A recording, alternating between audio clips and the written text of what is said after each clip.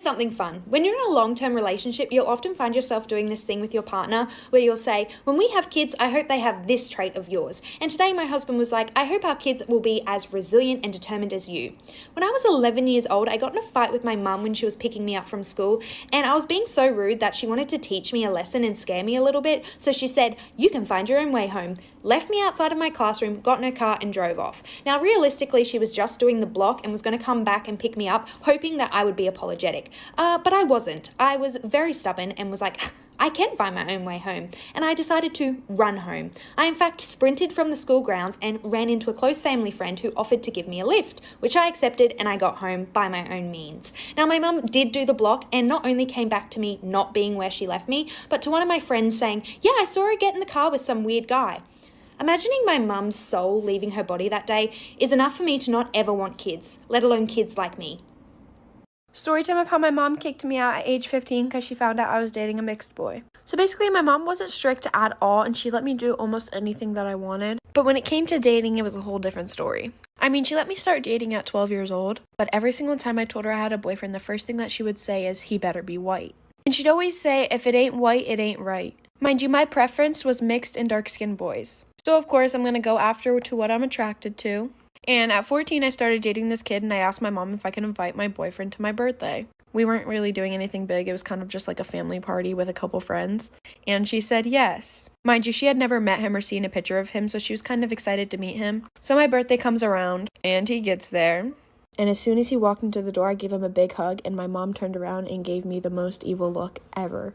She pulled me aside, and her exact words were, "Is this a joke?" And she literally said, I trusted you enough to not bring this kind of hood in our house. I'm running out of time for this part 2. Part 2 of how my mom kicked me out at age 15 because she found out I was dating a mixed boy. Continuing with the story, after the party, I had asked him to stay for like an hour or two later. And afterwards, my mom was just being completely rude the entire time towards him. And right in front of him, she screamed at me and said, I don't want this type of black trash in my house. Please get it out. Mind you, I hate disrespecting my mom, and I never talked back to her, but I yelled back at her and said that was the most disrespectful thing she could have ever said. And while all this is happening, he looks like he's about to bust into tears.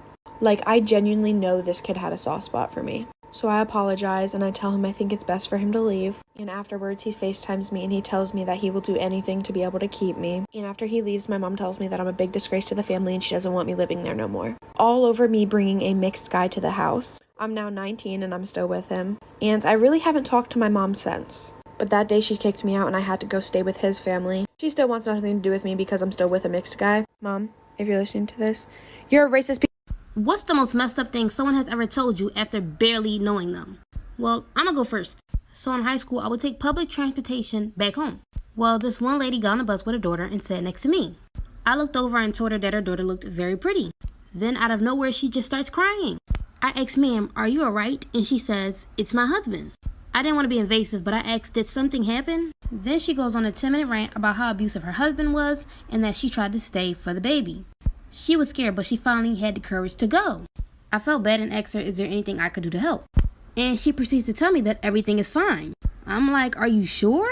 She replies, yes, everything is fine. He had a peanut allergy and he died last week. And I'm like shook. And I said, I'm so sorry for your loss. And she responds, no, it's better that he's gone anyway. And I'm like, huh? Right after, she prepares to get off the bus and she grabs her daughter. I said bye. Right before she gets off, she said she put peanuts in his food. So I used to know this girl who would constantly say things like, guys, sorry, I'm so ugly. I just ruined the whole group photo, I'm sorry. And then everyone would automatically comfort her and be like, no, you're beautiful, you shine. And then she would be like, no, but thank you. And she would do the same thing over and over again, trying to get everyone's attention. So eventually, I got tired. So the next time she came to me saying, I'm so ugly, I was like, you know what? You are.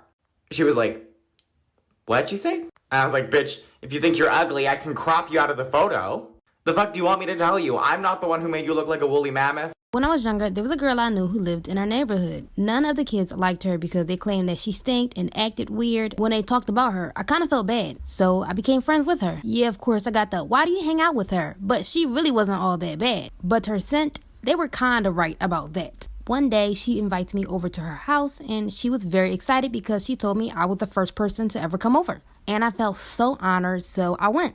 But when I went into her house, it smelled very bad, almost nauseating, but I didn't say anything because I didn't want to be rude. She had a lot of uncles that lived with her family. Honestly, it was like 4 to 5 families in one house, to be honest. But she first introduced me to her stepmom. I said hi to her, but she just stared at me in disgust. Then we went to her room to play. As it got later, I told her I needed to go home. But she begged me to stay longer because she was scared. I told her I'd come tomorrow, and she just starts crying. She runs into her bed and falls into her sheets, which lifted her skirt. There were bruises all over her thighs. Let me know if y'all want a part 2.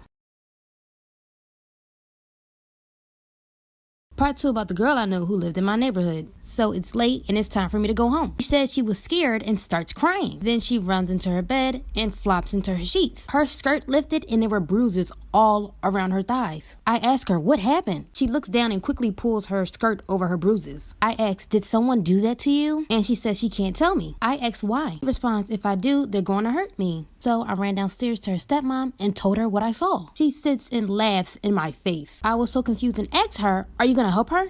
And she tells me that little hoe can help herself and that I actually should be going home. So I went into the living room where her uncles were and told them. One of them had said, that's why that girl don't need to be bringing random folks into the house, and runs upstairs to her room. One of the other uncles asks, you want to get popped? I shook my head in fear and said no. And he yells at me, telling me to go home. From there, I ran home and never came back. And after that day, she never came back outside. It's been 7 years. To this day, I wonder what happened to her.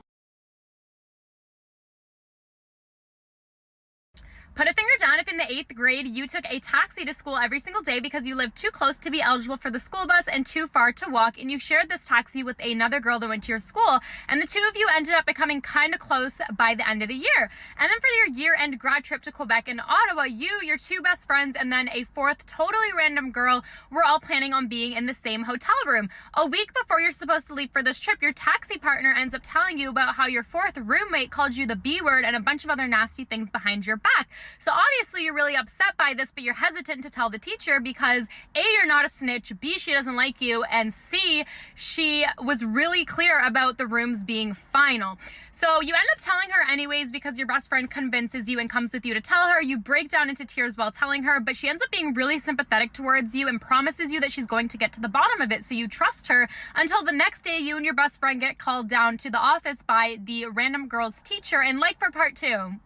So then you and your best friend go down to the office where the teacher is waiting for you, and then she takes you up to her classroom and already has 2 chairs ready for you guys. So the 2 of you sit down and the teacher sits down across from you. Then the teacher asks you to tell her your side of the story. So you and your best friend tell her exactly what you told the other teacher, which is that this 4th random roommate was calling you all of these nasty names, and you know this because your taxi partner told you so. Then the teacher looks at you and goes, I don't believe a word you just said, and I know that you're lying. And you and your best friend are super confused and look at each other completely dumbfounded because you're not lying. And then the teacher goes on to say that she's going to tell you what she knows and believes to have happened, and accuses you guys of making up this entire story so that you wouldn't have to be in a room with this 4th random girl. You and your best friend obviously deny this because it's not true, but as you're pleading your case, you can tell that the teacher's not buying it. So you tell her, if you don't believe me, ask my taxi partner. And then she tells you that she already talked to your taxi partner, who denied ever telling you that this happened. So you end up looking like a really big liar, and you're super confused as to what's going on, but you finally get to the bottom of it, and like for part 3. And so what ends up happening is you are in a room with this 4th random girl for the entirety of the trip, but you can't let go of this idea of why your taxi partner lied about telling you that this girl was saying nasty things about you. And then you figure out that most likely what happened was that your taxi partner used you and manipulated you by lying to you that this girl was saying nasty things behind your back so that you could get the 4th random girl out of your room, and somehow your taxi partner could be her replacement, even though to you this makes a little sense and is a very poorly thought out plan, but seems to be the truth. Crazy ass story time. 23 years ago, there was this mother of 2 children who just recently had a 3rd child. Soon after, the newborn baby was sleeping in the nursery while they were throwing a house party, and unfortunately during the party, the house caught on fire. Everyone scrambles out of the house and they couldn't get to the baby, and then the cops concluded that the baby had died in the fire. But her other 2 kids made it out alive. And even though the cops told her that her baby had died, she refused to believe it. Many years later, the mother took her 2 children to a birthday party, and there was this other woman there mother with her child. And now the mother looks at that child and is in shock because she looks so much like her other two kids. She goes up to the little girl and says that she has bubble gum in her hair so that she can steal a few strands of her hair. She took it to a lab and they DNA tested it, and that little girl was her child. So it turns out many years ago during that house party, a woman that the mother knew went upstairs, took the baby, and started the fire so that the baby would be declared as dead and she could easily get away.